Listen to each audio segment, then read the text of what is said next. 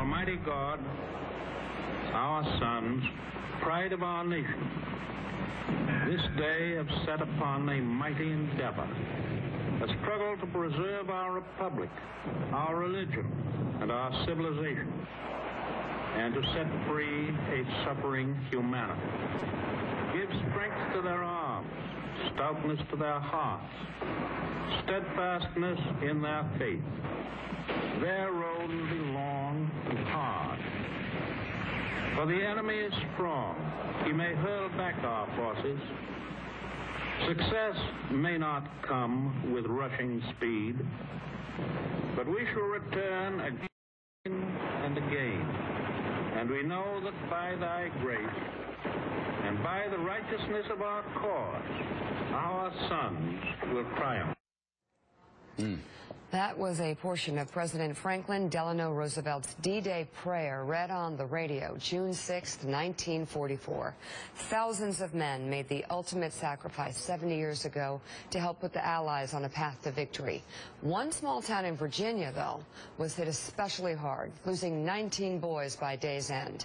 Mike Barnicle has the story of the group that will forever be known as the Bedford Boys. All facing west, toward the beach where they landed, the channel they crossed, and the land that they left to come and help rid the world of the terror that was Hitler's Third Reich. Omaha Beach, the American Cemetery, Colville-sur-Mer, Normandy. 172 acres, 9,386 headstones, bleached white by sun, wind, and time. Normandy, from the Cherbourg Peninsula, eastward to the mouth of the Seine, shook with a tremendous roar of battle.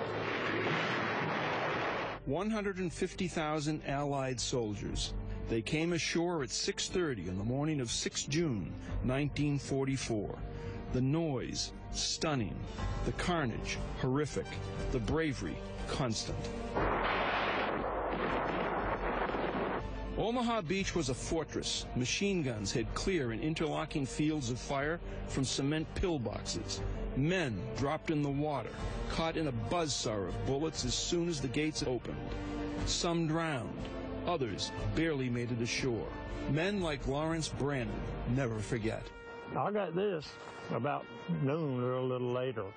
I laid on that shelf right down there at 8 o'clock that night and watched it. I saw it all. I saw a boat with 300 guys in it burn up. They couldn't get out. Brannon, 94 now, is from Morristown, Tennessee. His days forever shaped by what happened here 70 years ago. The 1st Battalion hit right down there. Germans had bradished it up, and they couldn't go. They killed 800 of them right against that bradish. There were bodies floating out 200 yards out in the water. When I went out that night, they moved them out of the way for us to go back out. Man, it was just hell, really, you know. I actually saw I'd say over 2,000 people killed that I could see them. I lived 1,000 years that day.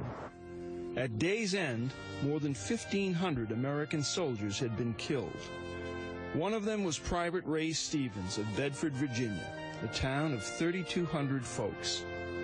Private Stevens and his twin brother Roy belonged to Company A, 29th Infantry. They were only 2 of 30 young men from Bedford who hit the beach 70 years ago with the 29th.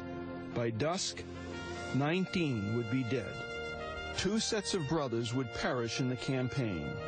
One small town still carrying history's heartache. The monuments of history are all still here. Pont du Hoc, where American Rangers scaled a 100-foot-high sheer cliff to capture a German gun emplacement. The hedgerows, thick, dangerous, and ever-present. The villages, still looking much the same as they did when the Allies came calling. And the largest of the cemeteries, the one that sits on a bluff above the beach where World War II in Europe began to end, Omaha Beach, where those who died in Europe serve as a daily reminder of the horror of war and the price of freedom and democracy. And it is here, No matter the season, no matter how many years pass, the sun still sets on sacred ground where heroes look west, toward home, toward America.